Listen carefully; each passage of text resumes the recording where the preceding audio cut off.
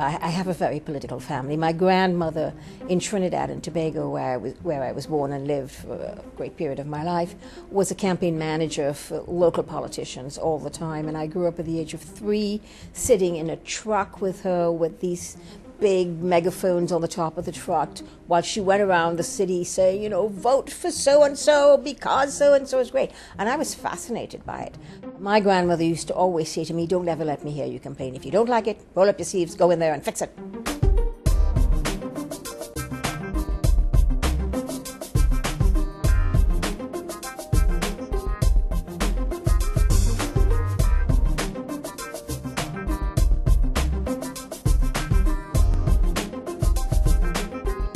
Hello, I'm Hedy Fry. I'm Member of Parliament for Vancouver Centre, and I'm Chair of the Standing Committee on Status of Women, which is an all-party committee.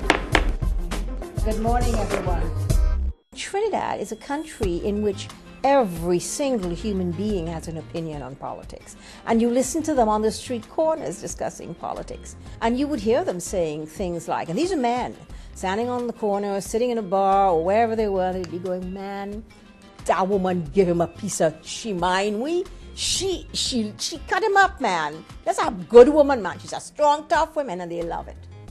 To be a strong woman and an independent thinking woman, and to dare to differ and to dare to have principles and not cross certain lines, doesn't prevent me from dancing in Pride Parade in 6-inch heels, because I'm a Trinidadian woman and we have carnival. And I grew up at 3 dancing in the street in some costume in carnival. So for me, this is a great and fun thing to do, and it's just my Caribbean personality. Bonjour, chers amis.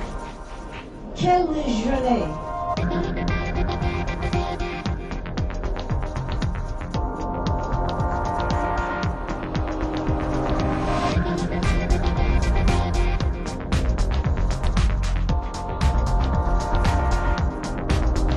What women will bring to the table is the other 180-degree perspective. And if we respected each other, men and women, then we get that whole view, that clear perception that both sides bring. And because we respect each other, we work together to make the right choices. I think that if women were there, the way that we look at problem solving will be very different. I think we have a more holistic approach. We look at the many factors and not a single linear way of looking at things. Now, having said that, there are many men I know who have a very holistic way of looking at things and not necessarily linear. So I'm trying not to generalize, but I think women will bring something significant purely because we represent that other 180-degree perspective. So let us not forget that we must keep fighting for others and for the equality of everyone. When I told Mr. President no the first time, and then he came the second time, he said to me, you know, you've been an immigrant, you came to this country, it's been good to you. I said, yes. He said, are you going to put something back? And he got me for a minute on that, and then I thought, no. I've been putting back as a physician. I have been involved in being an activist for healthcare for the longest time. So I said, no, I'm still not interested. And he got me with one seductive sentence.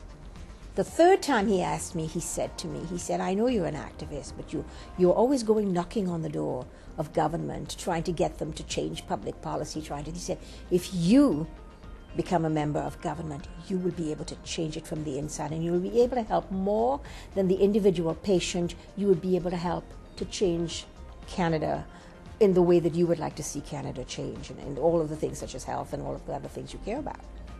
And I thought, yeah. And I said, yes.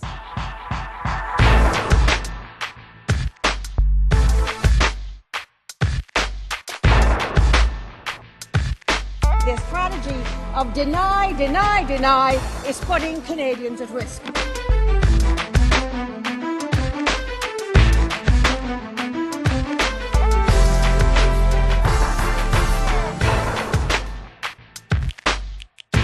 I would like young women to say they want to go in because they really believe that there are things about society, what is going on, that they need to change, and that they believe they have good ideas and they want to bring those ideas to the table in a place where they can actually change things. And I want women who go into politics to know that they have that to offer, to trust themselves, to trust their instincts, their way of looking at things, their way of seeing things from a different perspective, and bring that to the table, because that's what is needed. And it was only, about 30 years ago that women were allowed to work in the federal public service and take a man's job from them, compete with a man in the job. So we have not really come such a long way, baby. You know, we're still going and we're still traveling. It is easy to take it for granted because you're running from committee to question period to another committee. You've got 69 million things to do. Everyone is blackberrying you. You get in, you sit down, you go blackberry, you listen, you say, you get out, you run somewhere else. Occasionally, however, when I'm not run off my feet, I sit there. Occasionally, and then I look up and I say, wow, the world has changed in the last 5 years because of things we did.